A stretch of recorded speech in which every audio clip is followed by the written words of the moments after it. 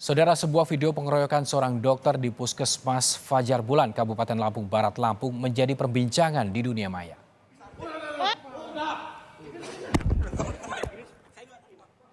Akibat dari kejadian ini, saudara, korban mengalami luka memar di bagian dagu kiri, tangan, dan leher.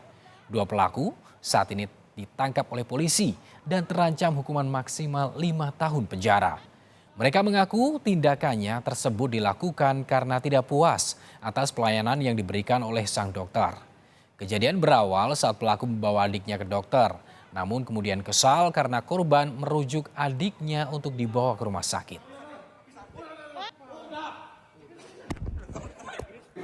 Untuk kedua pelaku adalah mereka merasa tidak puas dengan apa yang disampaikan oleh dokter, di mana pelaku ini yang salah satunya yaitu menjadi pasien dari dokter tersebut melakukan berobat ke rumah sakit ke puskes tersebut, di mana pelayanan puskes sudah memberikan pelayanan maksimal, namun pelaku masih merasa belum puas karena masih merasa sakit.